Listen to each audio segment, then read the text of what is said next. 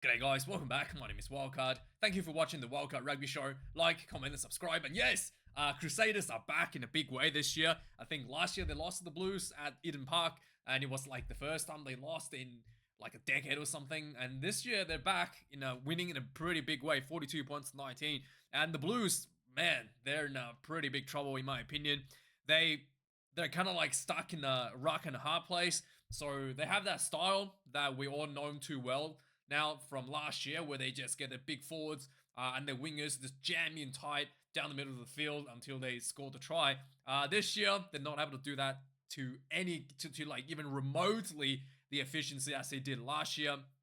Partly probably because the teams are preparing for this. Partly because I think the players are just not quite as polished as they were to execute the same strategy. So a couple of things. First of all, the breakdown speed is just not there. And the second half, when Finlay Christie came on, they tried to speed up the breakdown, which led to more mistakes.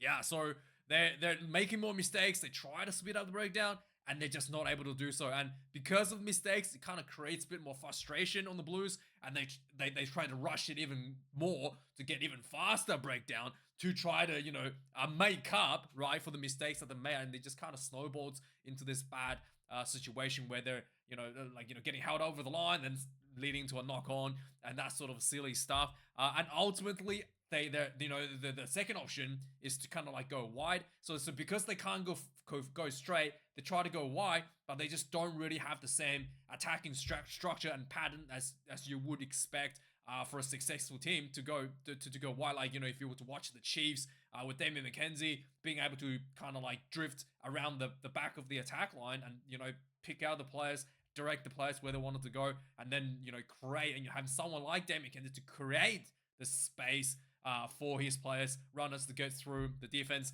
Blues just don't have anything like that. Bowden is injured. Even when Bowden is available to play, the Blues just hasn't had the structure to be able to play like that. And it's just really painful to watch. Actually, this Blues team, it's just really not there. And I think probably the most concerning thing for me is just the physicality. It's just not there anymore for the Blues. Really just getting bullied by the Crusader side.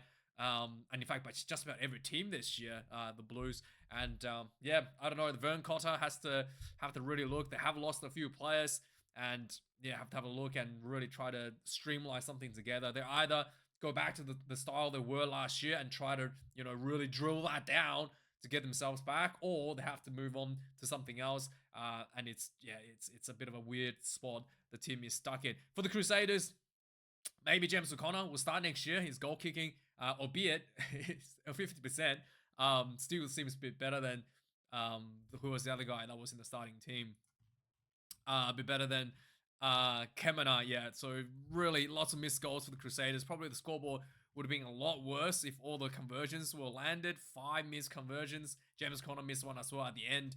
But I mean, it's interesting. I thought Kemena did pretty good for the Crusaders.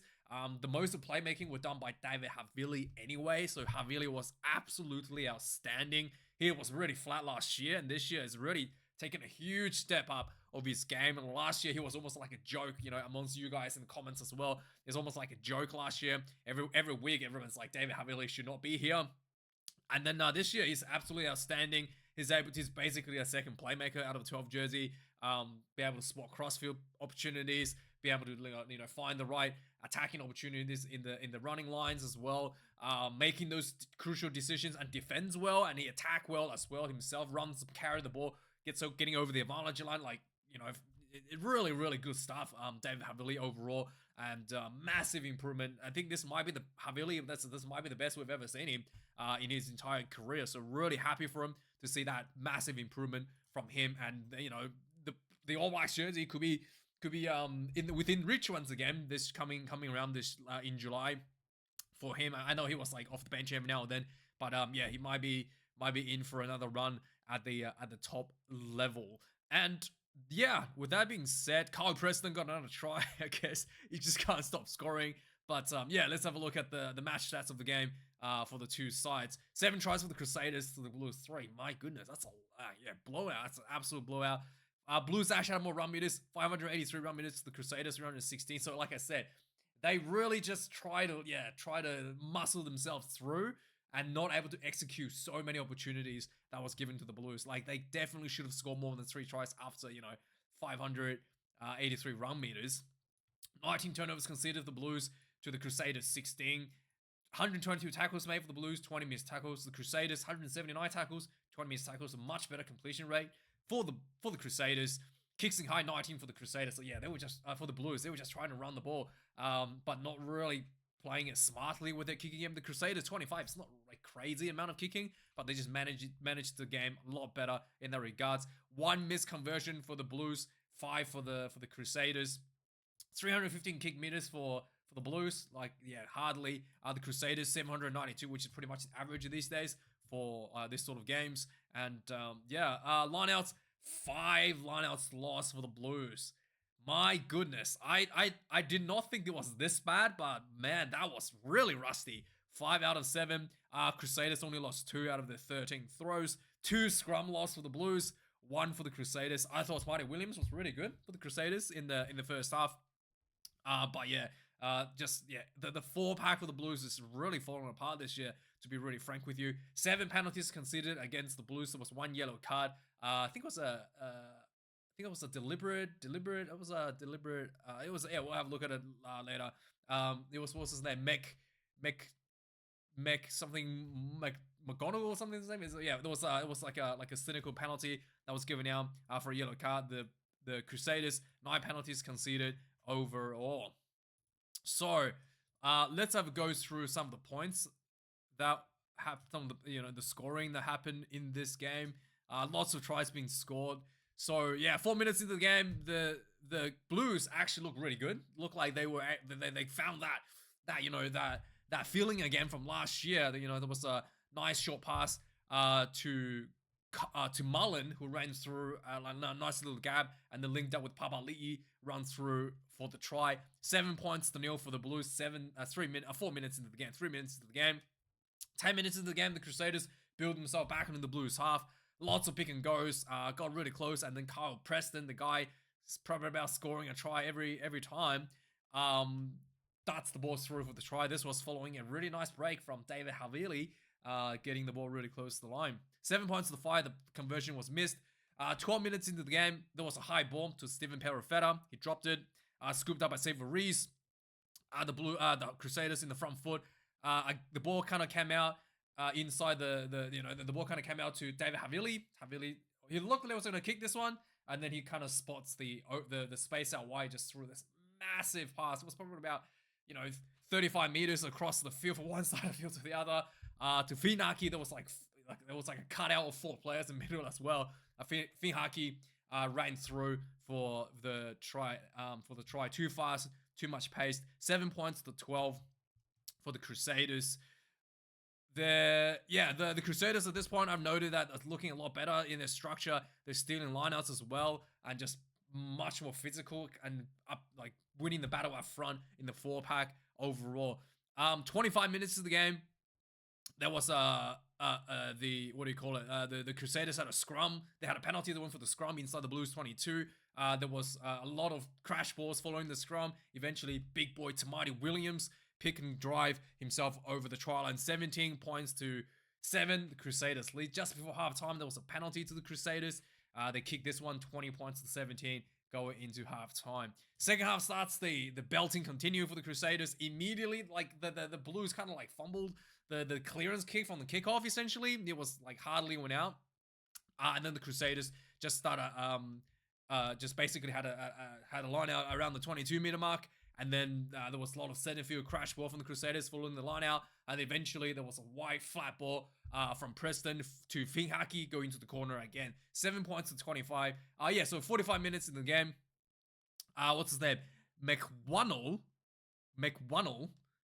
got sent off for a yellow card. So there was a penalty to the Crusaders, a full-on penalty. And then sneaky guy,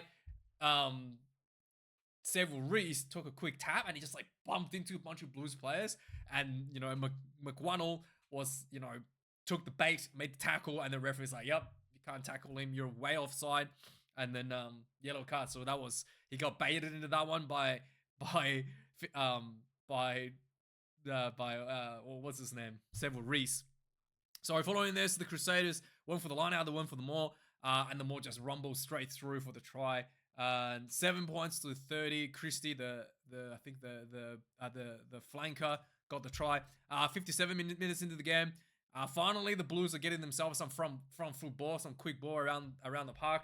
There was some quick penalty. There was a quick tap from a penalty, and then more, pounding through. Eventually, the ball went out wide. One crash ball. Rant, the big prop, kind of bumped off a defender, winning for the try. 14 points to 30. Starting to look a bit better now for the Blues, but that was short-lived. 63 minutes into the game, Crusaders piling in. Another crossfield kick. There was a lot of pressure on one side of the field, and then there was a space out wide, and there was beautiful crossfield kick from James O'Connor. Rabbit did this beautiful crossfield kick, and then Springer get this one on the clear, runs in for the try. 14 points to 37. 67 minutes into the game, the Blues strikes back. So Tutu got really close with some physical running, and then Finley Christie did what he does best. Looked up, saw the little wire line in front of him, and picked the ball up and dot the ball down.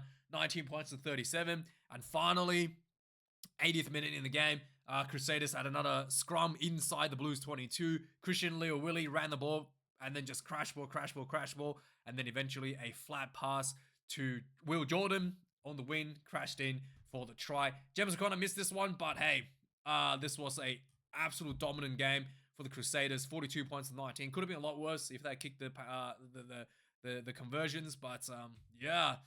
Let me know your thoughts about this game. Let me know if you think that the Blues is gonna have to do something to, what can the Blues do to get themselves out of this